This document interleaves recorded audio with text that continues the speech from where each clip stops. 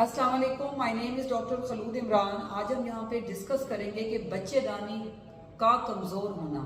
क्या होता है और इसके हमल पर क्या असरात हैं और इसका क्या आउटकम होता है और इसका इलाज क्या है। बहुत सी हमारे पास फीमेल्स रिपोर्ट होती हैं, हमें ऑलरेडी कह रही होती हैं कि जी डॉक्टर साहबा मेरे 2-3 हमल ज़ाया हो गए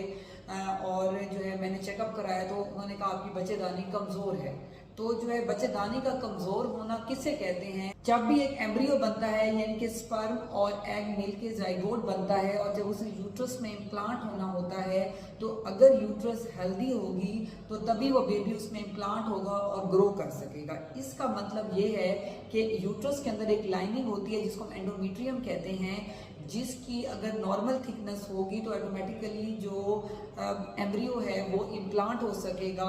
यूट्रस के अंदर और वो ग्रो कर सकेगा। अब एंडोमेट्रियम जो है वो हम कब कहते हैं कि वो हेल्दी है और हम कब कहते हैं कि वो वीक है या कमज़ोर है। एंडोमेट्रियल लाइनिंग जब एक बच्ची को मेंसेस आते हैं, माहवारी आती है, तो एंडोमेट्रियल जो लाइनिंग है वो अप टू 3 mm तक यानी कि वीक हो जाती है, क्योंकि उस टाइम जो है बच्ची ब्लीड कर जाती है और जो एंडोमेट्रियम की जो बेजल लेयर है वो शेड ऑफ कर जाती है। और जैसे जैसे पीरियड्स ख़त्म होते हैं और 14 डे तक एंडोमेट्रियम जो है दोबारा वो थिकन होना शुरू होती है और वो 7 mm प्लस तक चली जाती है, इवन के 14 mm तक भी जा सकती है। अगर ये मोर देन 7 mm है तो हम ऑन स्कैन करके ये हम बता देते हैं फीमेल को कि अगर आपका एग 18 से 25 mm का है और अगर आपकी एंडोमेट्रियल जो लाइनिंग है वो मोर देन 7 mm है तो बहुत फेयर चांसेस हैं कि अगर स्पर्म क्वालिटी ओके है तो जो है फीमेल को बआसानी प्रेगनेंसी हो भी जाएगी और वो यूट्रस में इम्प्लांट भी हो जाएगी। कई दफ़ा क्या होता है कि फीमेल को प्रेगनेंसी तो हो जाती है लेकिन बच्चेदानी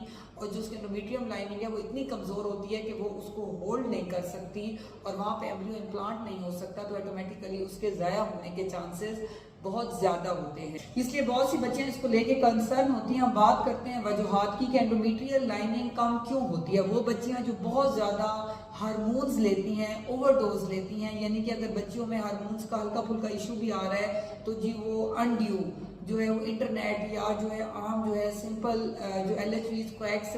हार्मोन्स लेके खाती रहती हैं, जिसकी वजह से एंडोमेट्रियल लाइनिंग का एक नॉर्मल साइकिल है वो डिस्टर्ब हो जाता है। तो हार्मोनल इम्बैलेंस बहुत बड़ी वजह है और उसमें मिस यूज ऑफ हार्मोन्स भी हो सकते हैं और PCODs यानी कि बॉडी में खुद भी हार्मोन्स का इम्बैलेंस है, तो ये बहुत बड़ी वजह है बच्चेदानी की कमज़ोरी की, एंडोमेट्रियल लाइनिंग थिनिंग की। उसके अलावा अगर हम बात करें जो इसमें दूसरी अहम वजह वो आती है DNCs की, अनड्यू DNCs, यानी कि अगर एक बच्ची का हमल ज़ाया हो गया है, मिस्ड अबॉर्शन है, उसका बच्चा नहीं चल सका और हमें उसको ज़ाया करना है तो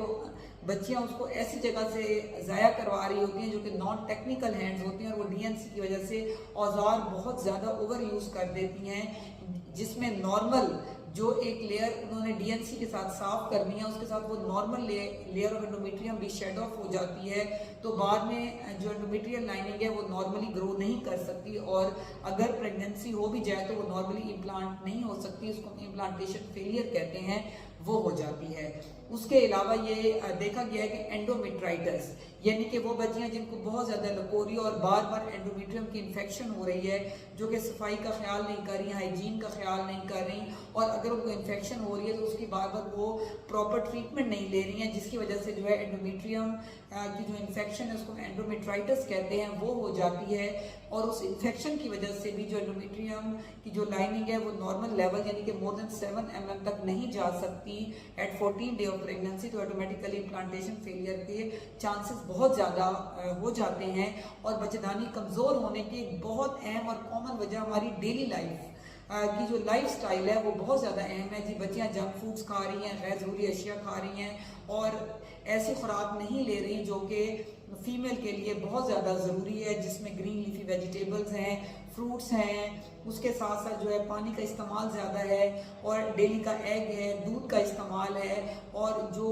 फ्रूट्स और वेजिटेबल्स हैं उसके अंदर बहुत से माइक्रो न्यूट्रिएंट्स होते हैं जो कि लाइक सेलेनियम है, जिंक है, जो कि बहुत ज़्यादा अहम है कि स्पर्म जो है वो फीमेल की बॉडी में नॉर्मली मूव कर सके और इवन कि जो इम्प्लांटेशन है उसके लिए बहुत से माइक्रो लेवल न्यूट्रिएंट्स की ज़रूरत होती है जो कि मिस्ड होते हैं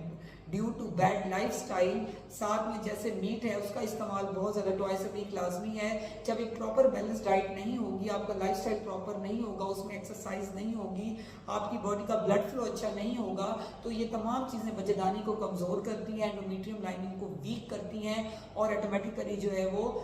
आपकी जो प्रेगनेंसी है उसको ग्रो करने में मसाइल का सामना हो सकता है। अगर हम बात करें इसकी ट्रीटमेंट की, तो मैं आपको इस वीडियो के थ्रू लाजमी कहूँगी जो मदर्स हैं, अगर आपकी बच्चियों को यंग एज में ही पीसीओडी यानी कि हार्मोनल इम्बैलेंस का इश्यूज है, कोई लकोरिया है, क्रॉनिक इन्फेक्शन चल रही है, तो आप उनको फौरन डॉक्टर को, एक प्रॉपर गायनेकोलॉजिस्ट को दिखाएं ताकि वो पीसीओडी को, आपके हार्मोन्स को एक प्रॉपर लेवल पे जाकर ट्रीट करें, जो कोई रिकमेंडेड डोज है, ना कि जो है आप अंधाधुंध दवाइयाँ लेते जाएं, फिर जिसके मसाइल बच्चियाँ बाद में जाकर जो है वो फेस करती हैं। इसी तरह अगर आपकी बच्ची है जिसको प्रेगनेंसी हुई और वो नहीं चल सकी, मिस्ड अबॉर्शन है या इनकम्प्लीट अबॉर्शन है और हमें अब डीएनसी की जरूरत है, तो वो आप प्रॉपर हैंड, टेक्निकल हैंड से करें ताकि वो उसी लेवल पे डीएनसी करें जिस लेवल पे ज़रूरत है, ताकि बच्चेदानी कमज़ोर ना हो। साथ में अपनी लाइफस्टाइल, जैसे कि मैंने अभी वीडियो में बताया कि अपनी बैलेंस्ड आप डाइट लें जिसमें कार्बोहाइड्रेट, फैट और प्रोटीन तीनों मौजूद हों, डेली का एग हो, पानी का इस्तेमाल है, दूध है, फ्रूट्स हैं, वेजिटेबल्स हैं, ड्राई फ्रूट्स का यूज़ है, उसके साथ साथ जो है वो मीट ट्वाइस अ वीक है, डेली की एक्सरसाइज है, वॉक है, एक्सरसाइजेज हैं, ताकि आपकी बॉडी हेल्दी रहे, आपका ब्लड फ्लो अच्छा रहे और आपकी यूट्रस, आपके एंडोमेट्रियम हेल्दी हो ताकि वो बेबी को कैरी कर सके। अगर आपके माइंड में कोई भी क्वेश्चन है तो आप कमेंट सेक्शन में लिख सकते हैं। Stay safe, stay healthy. Thank you so much. Allah Hafiz.